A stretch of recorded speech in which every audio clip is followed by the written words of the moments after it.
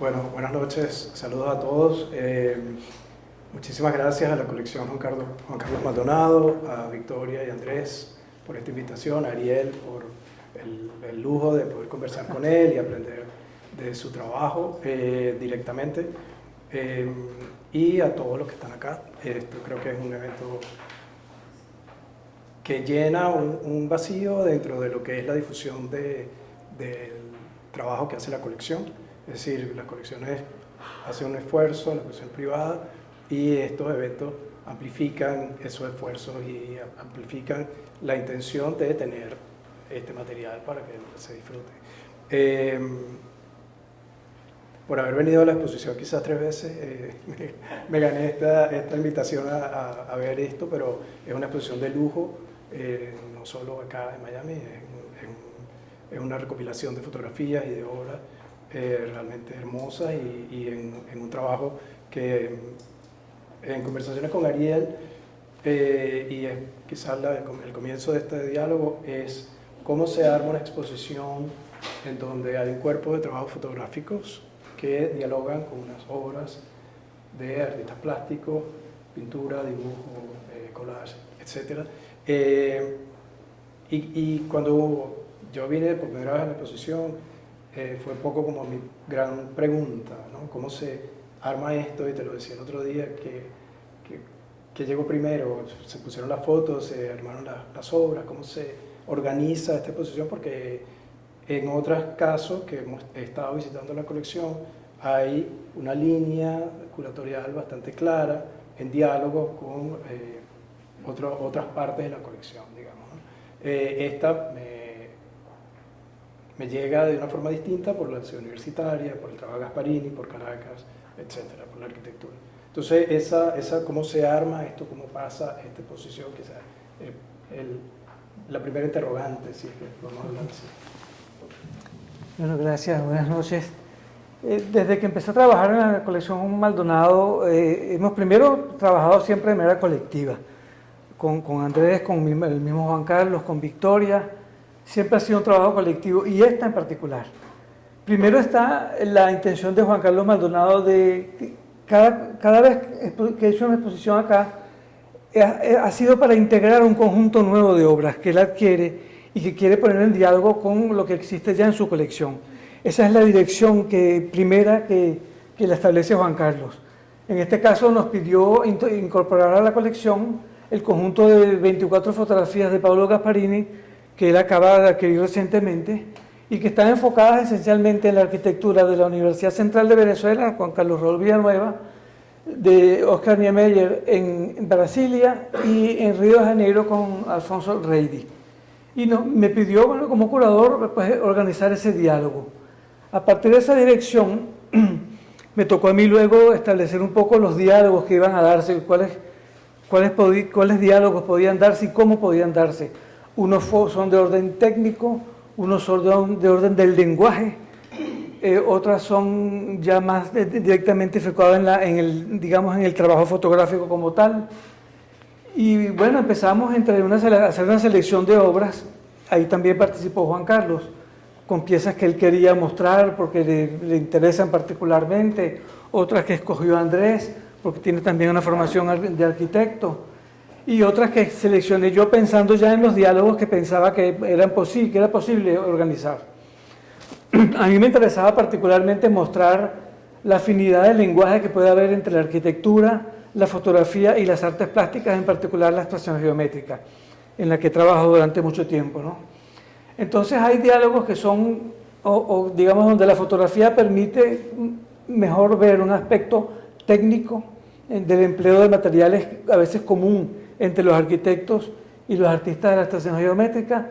Otros son más del orden del lenguaje, es decir, del empleo de elementos repetitivos o seriales y que son común a la abstracción geométrica como la arquitectura. Otros son más estrictamente formales, es decir, de las formas que emplean, las formas curvas, la oposición de verticales y de horizontales, y que son comunes tanto a la abstracción geométrica como a la arquitectura. Entonces, en función de esos 3 diálogos que percibí como posibles, organicé una serie de juxtaposiciones de fotografías donde la fotografía nos permitía a veces enfocarnos más en los elementos repetitivos o seriales, que son elementos del lenguaje. En otros casos, la fotografía nos permitía más orientarnos hacia un elemento formal, una coincidencia formal entre artistas y arquitectos. En otros casos, la fotografía permitía también ver mejor el uso común de materiales. También, en otros casos, sencillamente fue la fotografía la que se hizo, digamos, el protagonista, porque nos permitía ver cómo un fotógrafo utilizaba los juegos de luz y de sombra para hacer algo que parecía difícil para un fotógrafo, en una superficie plana, expresar la capacidad espacial del artista, del arquitecto, que fue una de las cosas, de las primeras cosas que discutí con Paolo. Él me recordaba que cuando se encontró por primera vez con Villanueva, que hablaba poco, le dijo, bueno, mira, tú eres un fotógrafo, tú vas a trabajar, a hacer una imagen en el plano, la arquitectura es esencialmente espacio, a ver cómo te las arreglas. Esa fue aparentemente la única dirección que le dio Villanueva a Paolo. Y hay que decir que en la fotografía se ve claramente cómo Paolo tuvo, yo creo, la inteligencia visual de aprovechar los juegos de luz y sombra para, en cierta forma, dibujar el espacio, para hacer que esas imágenes planas dieran cuenta de la capacidad espacial de la arquitectura. Y por último, bueno, ya el montaje en sí, que generalmente hacemos en el último momento, siempre seleccionamos un grupo mayor de obras de las que sabemos que van a caber en el espacio para tener la posibilidad de jugar con ellas, ¿no? De ver cuáles obras dialogan mejor con las fotografías, y entre ellas, porque este espacio tiene una particularidad, y es que si tú te colocas en el centro, puedes ver prácticamente todo el espacio. De manera que no tienes la facilidad de establecer un diálogo encerrado en un pequeño sector del espacio, porque tienen que dialogar todas juntas en el espacio. Y eso es bastante complejo, que uno pueda desde un punto ver todas las obras y que entre ellas dialoguen, y dialoguen, pues digamos, armónicamente. Eso lo resolvió mágicamente Andrés, porque en general primero sacamos todas las obras, las tuvimos en el espacio, y como era ya al final de la tarde, yo quería empezar fresco, y entonces le dije a Andrés, yo vengo mañana y empezamos el montaje mañana. Él, que tiene formación de arquitecto, se emocionó, se quedó solo esa noche, y cuando llegué al día siguiente tenía ya un montaje que me pareció tan bueno que le dije, Andrés, esto es. Entonces simplemente hice unos pequeños arreglos de distancia entre las obras, moví quizás una o dos piezas, no me recuerdo mucho más, no más. Luego vino Juan Carlos, hizo un poco lo mismo, es decir, agregó una obra nueva, que fue el Oiticica, y movió dos piezas más.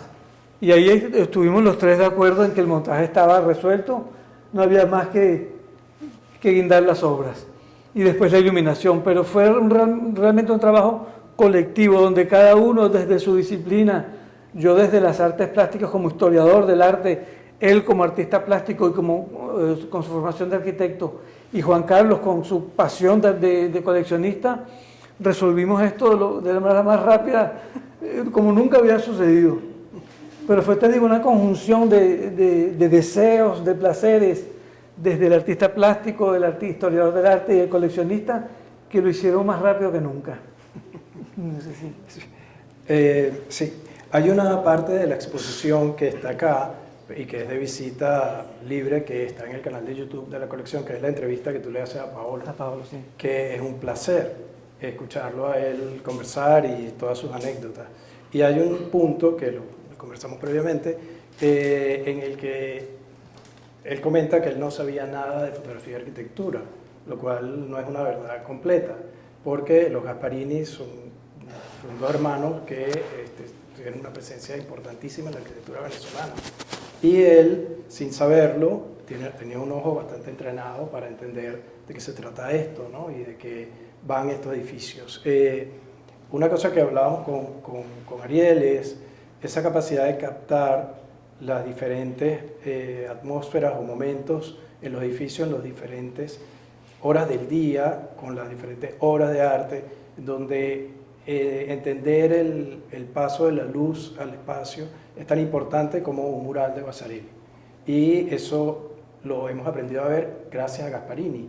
Es decir, para cualquier persona que estudie arquitectura o que tiene curiosidad por la Universidad Central, esta fotografía es algo que todos hemos visto, ¿no? Y verla aquí, el original, fue para mí una gran emoción. Yo usaba esa foto, o usé esa foto, porque ya que los dueños me conocen, de los nuevos dueños de la foto, yo no la podré usar más, en muchas charlas, en muchas clases de arquitectura tropical, porque ahí está explicado todo, ¿no? Y yo le decía a Ariel, yo pudiera traer a mis estudiantes acá y darles una clase de arquitectura tropical solo revisando todas estas fotografías. Yo creo que ahí hay una lección en el trabajo de estos tres arquitectos que están representados acá, en entender la arquitectura moderna y su traducción a las condiciones tropicales, ¿no? No es lo mismo el modernismo en Europa que el modernismo en América Latina. Hay el uso de una gramática común de todos unos elementos que vienen todos de una misma fuente, que es Le Corbusier, y los tres arquitectos siguen esos preceptos. Ahora, la arquitectura de Villanueva en el clima de Caracas incorpora la luz, la ventilación cruzada y construye con eso como material. En el caso de Brasilia, que las condiciones son totalmente distintas, Niemeyer trabaja con planos horizontales muy extensos, con sombras muy profundas, con elementos muy puntuales, además porque es una capital de estado. Y en el caso de Reidy, en Río de Janeiro, que trabaja una arquitectura muy similar a la que deberíamos hacer siempre en Miami, que es el edificio levantado sobre pilotis, para que corra la ventilación por debajo, etc., es lo que esta exposición documenta, ¿no? O el trabajo de Gasparini. En el caso de los edificios de la ciudad universitaria, que son los que son mucho más familiares por haber estudiado allí, Gasparini entiende perfectamente el momento de capturar la fotografía en función de la luz, ¿no? Y para Andrés y muchos de mis amigos que están acá, que pasamos por la Facultad de Arquitectura, ver la fachada del edificio de la torre de la Escuela de Arquitectura en su proyección franco, que es el sol de la mañana, es un ángulo que no vemos con frecuencia, porque generalmente se ve desde la Escuela de Ingeniería, que se ve el mural de Otero con más fuerza. De este lado se ve la escalera de emergencia, que la convierte todo en una especie de intervención plástica completa, ¿no? En su profundidad y en el manejo de esas luces y sombras. Y luego en la plaza cubierta del aula magna, esa fotografía icónica del tamiz de la luz en esas dos personas que van caminando, es una fotografía tomada a las 3, 4 de la tarde, en pleno verano posiblemente, o en Semana Santa, que el sol está como está, y la luz agarra un espesor totalmente distinto al de los otros espacios. Y a mí me parece que eso es una maestría de entender todo como un elemento de absoluta importancia. No es nada más que este es un espacio que anticipa o que prepara para el disfrute de un mural o de una escultura, como es toda la secuencia de la plaza cubierta, sino que todo tiene ese mismo jerarquía, ¿no? Es decir, ese pasillo, que es el pasillo por donde hemos circulado 1000 veces, es arte habitado, ¿no? Y es esa geometría que respiras y que vives y que te envuelve, que es mucho más que colocar las obras, ¿no? Que es mucho más que estar en ese diálogo continuo del espacio.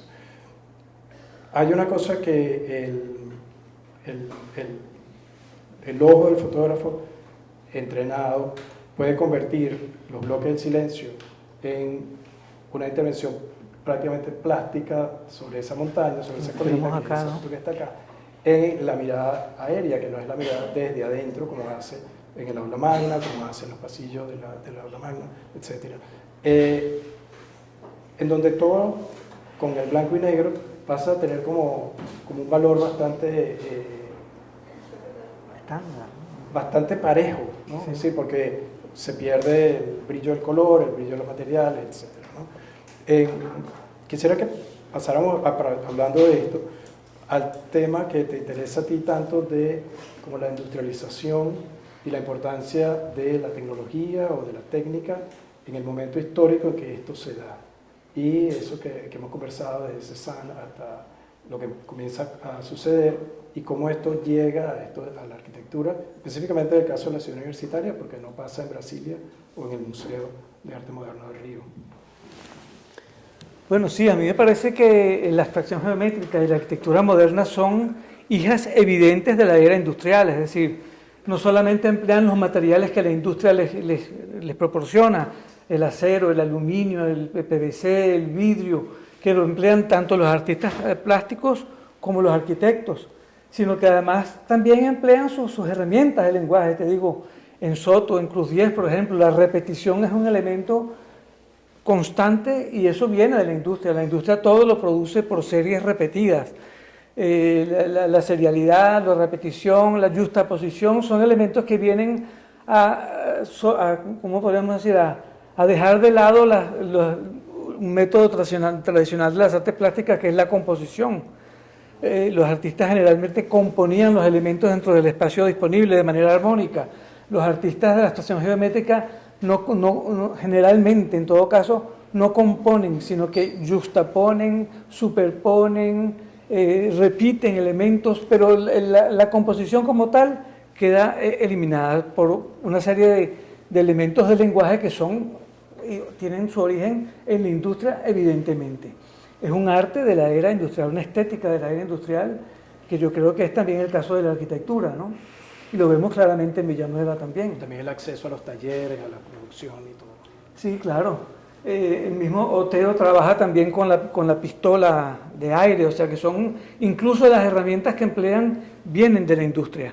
Eso es una característica fundamental, yo creo, de la abstracción geométrica, y quizás un poquito más tarde podamos hablar de las implicaciones, yo diría, metafísicas que tiene también ese interés por la ciencia de su tiempo, ¿no? Sí, hay un tema también interesante con el contexto histórico y el momento en que esto se da, que tiene que ver con la arquitectura y la presencia del Estado, ¿no? Es decir, la ciudad universitaria, Brasilia, el Museo de Arte Moderno, son iniciativas que van un poco más allá de un encargo a un arquitecto para que haga una obra de arquitectura. Es decir, y en ese sentido el modernismo en Latinoamérica tiene una carga muy distinta, es decir, hay un compromiso de buscar una imagen de una nación, hay un compromiso de buscar una imagen de un periodo de gobierno específico a unos tiempos, ¿no? En el caso de la ciudad universitaria es un proceso muy largo porque aunque se identifica siempre con el periodo de Pérez Jiménez, la ciudad universitaria arranca con Medina Angarita y es un proceso que además no ha terminado porque se sigue haciendo edificios más lentamente, pero no es algo tan preciso. Lo que Gasparini captura es como el momento dorado de la culminación de estos proyectos o de estos edificios. Y en el caso de Brasilia, Brasilia responde a ese proyecto de Kubitschek de 50 años en 5, que era llevar Brasil a un lugar no conocido, y uno de los grandes proyectos, el proyecto Bandera, es Brasilia, la cual se logra construir en ese corto periodo de tiempo. Entonces, ya el arquitecto no simplemente está cumpliendo con un encargo, no simplemente está haciendo un buen trabajo, sino que tiene un compromiso inmenso ante un país, ante una nación, es decir, son dos ciudades, ¿no? Una ciudad nueva de cero, que es Brasilia, y es una ciudad nueva de cero, que es la ciudad universitaria, ¿no? que se logra construir.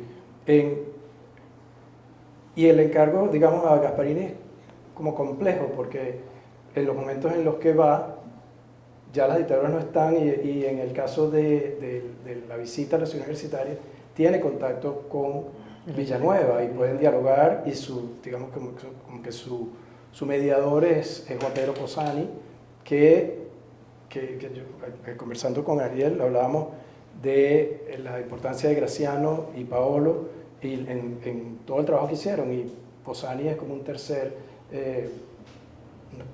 miembro de esos tres italianos venezolanos que dejaron ese legado en Venezuela.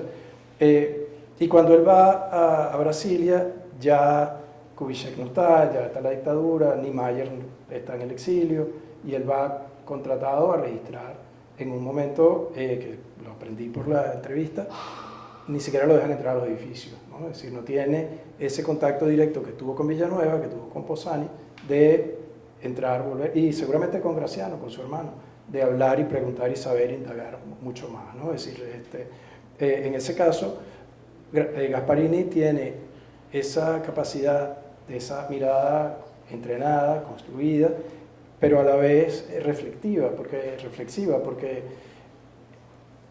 plasma lo que uno cotidianamente no vería, ¿no? Tanto en lo que son estos espacios, en lo que es esos edificios con la presencia de los militares. Así que la fotografía te sigue enseñando y te sigue mostrando y te sigue como documentando. Y yo creo que hay algo ahí muy interesante con el trabajo del modernismo latinoamericano, que tiene ese otro componente y ese peso que es muchísimo mayor, ¿no? Entonces ya no es el edificio corporativo, es la sede privada del banco, que es el edificio espectacular que arranca y termina, sino que son procesos que además nunca van a terminar, pues Brasilia luego entra en otra fase, la ciudad universitaria sigue en altos y bajos, y el registro fotográfico es lo que nos queda en esos momentos como específicos, en ambos casos. Y yo creo que ahí es difícil, bueno, obviamente el trabajo de Paolo, pero yo creo que ahí hay como una construcción mucho más colectiva con Graciano, cuando ellos hacen Caracas a través de su arquitectura, cuando hacen toda esa producción tan fuerte de libros de historia, de arquitectura colonial venezolana, de arquitectura indígena. Paolo está en todo lo que es el registro de la ciudad universitaria. Y no solo en Venezuela, sino en Latinoamérica. Él lo comenta en la conversación contigo. Trabaja o va a registrar la obra de Barragán en México, cosas por el estilo, ¿no? Sí, bueno, es que yo creo que la ciudad universitaria, Brasilia e incluso la obra de Paolo no son solamente el resultado de un proyecto, de un gobierno, son también la aspiración de progreso de una nación entera. Es decir, la ciudad universitaria y Brasilia son la expresión de ese deseo de progreso que yo creo que todos los venezolanos vivimos, en particular mi generación, pues, ¿no? Compartimos todos un deseo de progreso que se expresa en esa arquitectura, que se expresa también en el cinetismo y en las artes de la actuación geométrica en general, que son artes y artistas que creen en el progreso. De hecho, la idea de progresión que utilizan muchos de estos artistas, lo podemos ver aquí en una pieza de Víctor Valera, es una expresión plástica también de ese deseo de progreso, de ir de menos a más, de algo pobre a algo rico y organizado. Es decir, hay en la fotografía como en la arquitectura y en las artes plásticas algo que trasciende la voluntad y del artista y de quienes le piden sus obras, ¿no? Hay un deseo de progreso que es nacional, y creo que eso lo expresa muy claramente la estación geométrica, ¿no?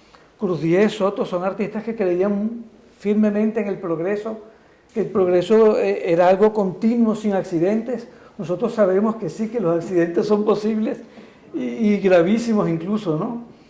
Pero en ese momento, y las obras de Soto y Cruz Diez, por ejemplo, lo expresan muy claramente, son obras donde el accidente no existe. En una fisionomía de Cruz Diez, cualquier rayita que pudiera surgir, él luchaba hasta eliminarla, porque eran obras pensadas para construir estructuras prístinas, puras, sin accidentes. Perfectos. Eso era también una manifestación de deseo de progreso, ¿no? Sí, y progreso y promesa. Sí, exactamente, el futuro. Que era el futuro, ¿no? Y entonces el compromiso era todavía mayor, ¿no? Y hay una cosa interesante, por ejemplo, el caso de Villanueva, que Villanueva nunca tuvo clientes privados. Él construyó 3 casas para él y su familia. El resto siempre fue un arquitecto de obras públicas, un arquitecto que trabajó para el Estado, desde Gómez hasta la democracia. Y eso es un punto que poco se sabe. Es decir, trabajó en vivienda, trabajó en la ciudad universitaria, trabajó en hospitales, trabajó en muchísimos proyectos, sobre todo en Caracas, pero siempre público, la Plaza de Toros de Maracay, pero siempre fueron contratos del Estado. Y eso es un tema importante, porque tu cliente es la ciudad, el cliente eres tú mismo y es tu Y comunidad. el país en general. Es el país. Entonces, esa apuesta se ve en esos resultados, es decir, el triunfo o el fracaso. Es decir, hoy en día, en arquitectura internacional, posiblemente el único gran interés que hay en la arquitectura venezolana es la ciudad universitaria, como conjunto de obras, y ya ha pasado bastante tiempo. Es decir, la primera exposición de arquitectura latinoamericana del MoMA está la ciudad universitaria en construcción, y en la reciente está la ciudad universitaria otra vez, junto con otras arquitecturas, el caso de la Casa Mara, de Jorge Castillo, por nombrar a alguien que está aquí mismo en la sala. Digamos, la magnitud de esa obra y la importancia de esa obra trasciende muchas cosas. Y Gasparini tiene un compromiso tan serio con la construcción de esa mirada, que él no solo plasma el momento heroico, en este caso de la ciudad universitaria de Brasilia, sino que luego él mismo plasma la decadencia de esos momentos, es decir, su trabajo, Las tensiones. Las tensiones, las fracturas, las promesas incumplidas, las dificultades, porque además es un proceso muy largo, ¿no? Es decir, en la obra de Gasparini, como en su obra completa, lo que llama la cultura urbana, esa fotografía de registro de ciudades latinoamericanas desde México, incluyendo todo lo que él hizo en Cuba, es el momento heroico de la revolución y la caída o el desmoronamiento de muchos de esos postulados, y él los registra de igual forma. Es decir, no hay un ángulo en el que él se compromete y es solamente mostrar esa cara, es la cara buena y la cara mala. En ese sentido es su trabajo muy completo. Y cuando uno ve, y tú has visto por supuesto mucho más, el trabajo de Gasparini en su totalidad, es ese trabajo de la arquitectura social, como él la llama, que era lo que él venía con ese interés de Italia, y que su hermano es el que le dice, olvídate de eso, aquí tienes que hacer fotografías de arquitectura. Es un poco lo que trasciende, ¿no?, de la obra de Gasparini. Entonces ver esto, que es hermosísimo, y pensar también en todas esas imágenes urbanas de las vallas, de las campañas políticas, de la pobreza, de las desigualdades, de las infraestructuras colapsadas. Es decir, tengo siempre esas imágenes de las fotos que él tomó del helicoide, con la gente habitando el helicoide en los años 80, cosas que las registra con la misma pasión que esto, y que son quizás un poco más dolorosas, porque es ver a partir de lo que fueron esas promesas, a dónde se llegó y a dónde no se llegó, ¿no? Y yo creo que en eso el trabajo de Gasparini es inmenso, ¿no? Es decir, y no tiene fronteras, es decir, desde toda Latinoamérica y el Caribe. De hecho, es una de las cosas que lo caracteriza cuando uno ve la fotografía de arquitectura de los años 30, 40, 50. Generalmente son fotógrafos que tienden a tomar la estructura sola. No hay nunca un personaje, está aquello deshabitado. En cambio, las fotografías de Paulo están habitadas, incluyen los estudiantes de la Universidad Central de Venezuela, incluyen habitantes en Río y también en Brasilia. Es una característica, yo creo, de Paulo, porque tenía siempre ese interés también por la gente que habitaba esas estructuras, mientras la fotografía moderna en general tiende a tomar las estructuras solas, solitarias. Monumentos. ¿No? Exacto. La estructura como tal. Y eso en Paulo creo que es una característica resaltante de su fotografía. Incluso Juan Carlos adquirió también un conjunto de fotografías que nos expusimos esta vez de arquitectos en Argentina. Y son estructuras completamente solitarias, no hay nunca una persona que pasa allí. No las expusimos porque decidimos centrarnos en la figura de Paolo, pero seguramente vendrán otras exposiciones donde también incluiremos esas piezas de arquitectura pura, digamos, ¿no? Otro aspecto interesante es lo que sucedió en Paolo. Bueno, tú decías esa cercanía que tuvo con Carlos Raúl Villanueva en Venezuela y que le permitió, se puede leer plásticamente su fotografía, una cercanía con los espacios que no tuvo en Brasilia. En Brasilia son fotos tomadas desde una cierta distancia, porque no le permitieron entrar a los edificios. Incluso incluye en algunas fotografías el policía que lo seguía siempre mientras estaba tomando la fotografía. Eso lo hizo, no sé si adrede o no, pero en todo caso, lo dice en la entrevista, él siempre estuvo en Brasilia seguido por un policía y no le permitieron entrar a los espacios. Eso se lee fotográficamente también. Y es parte, bueno, yo creo del interés de estas fotografías en diálogo con la abstracción geométrica, ¿no? Se iluminan mutuamente, es decir, la abstracción geométrica permite comprender también los puntos de vista que emplea Paolo y las fotografías de Paolo permiten comprender ciertos aspectos de la abstracción geométrica que quizás no son evidentes si no están en contacto con la fotografía. O sea que yo creo que la exposición permite ver una serie de cosas que no siempre se pueden ver si no tenemos esos diálogos. La fotografía de Pablo de verdad revela determinados aspectos de la abstracción geométrica y creo que es parte del interés de la exposición, ¿no?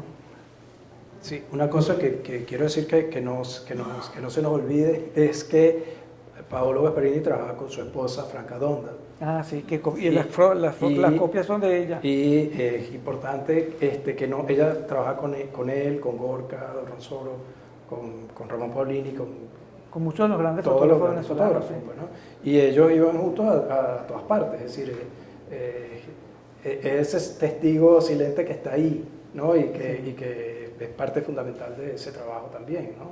De hecho, en la entrevista hay esa parte que él cuenta que él va a Italia a casarse con su novia, que es Franca. Que era Franca Donda, sí. Que es muy bello.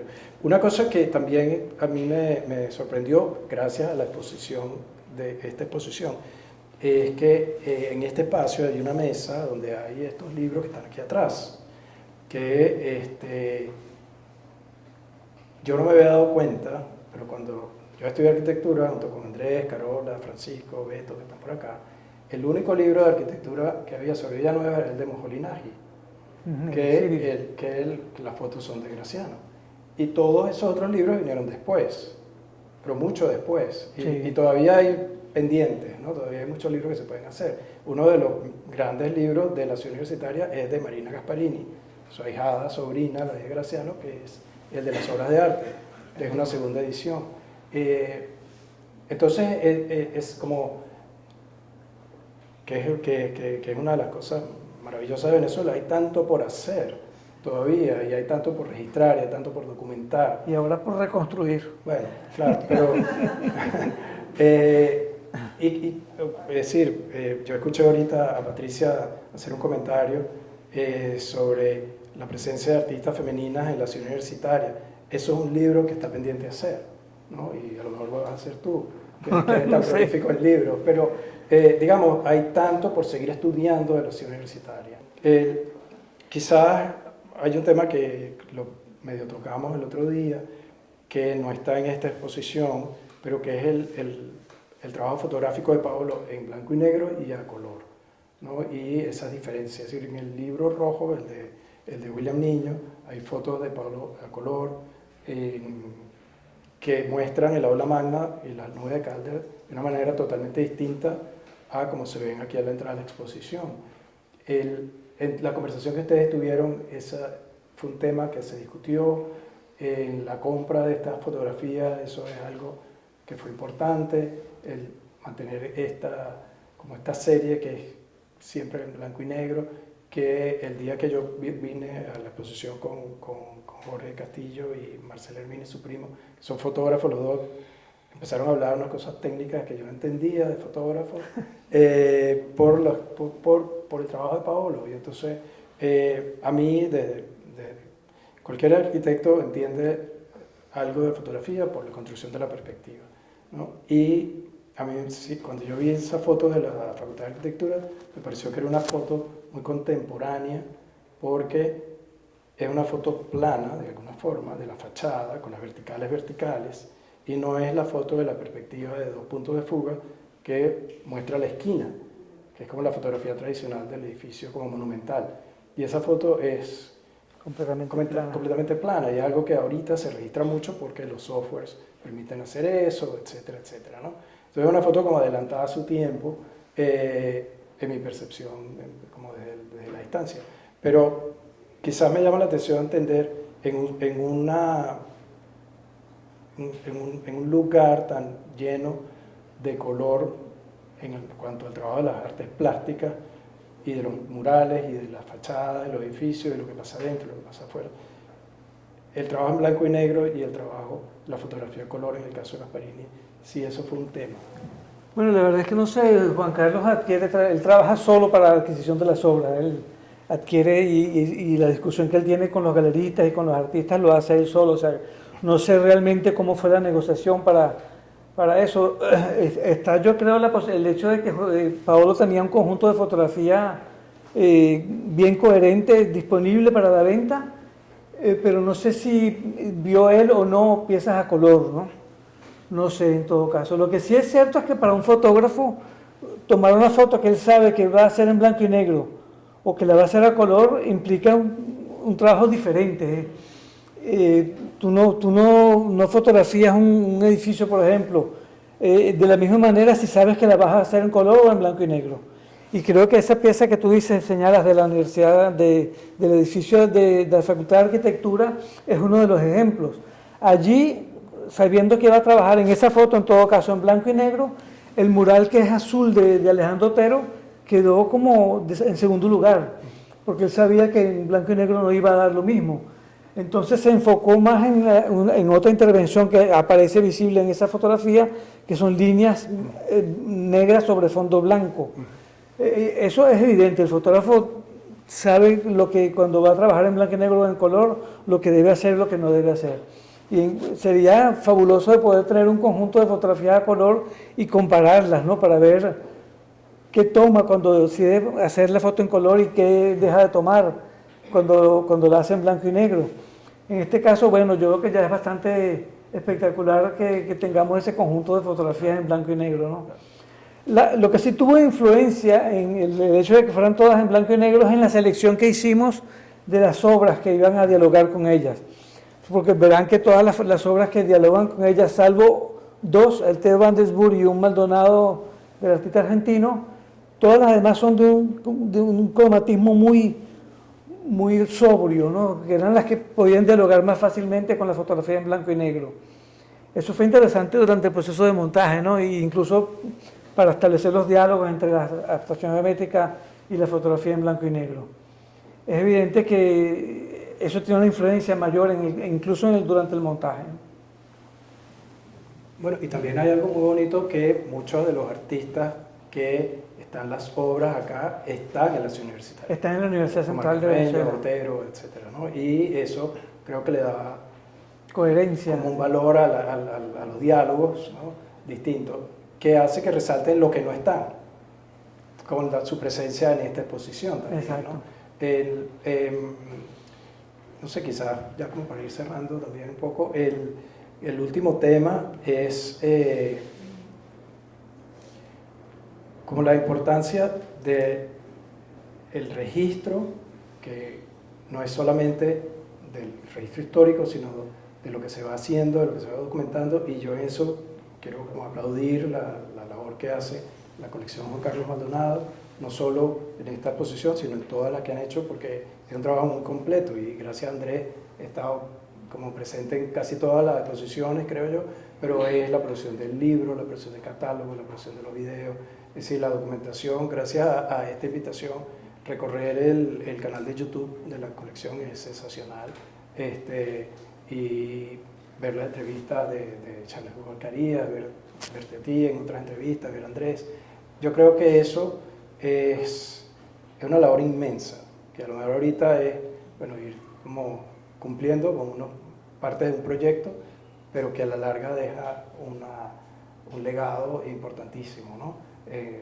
En toda la construcción de lo que es esa memoria histórica, tanto contemporánea como de la colección indígena y todo lo que lleva la colección. Eso tiene que ver también con una voluntad de Juan Carlos. Él siempre ha estado muy preocupado y siempre insiste en el valor didáctico que pueda tener una exposición para el público, para poder adentrar al público a determinados temas, a determinados conjuntos de obras que no son quizás muy conocidos por todos, pero siempre está presente en él esa voluntad didáctica y insiste mucho en los textos, de sala, en los textos del catálogo, en el material que podamos producir para YouTube, en la dimensión didáctica que pueda tener una exposición. Y la difusión.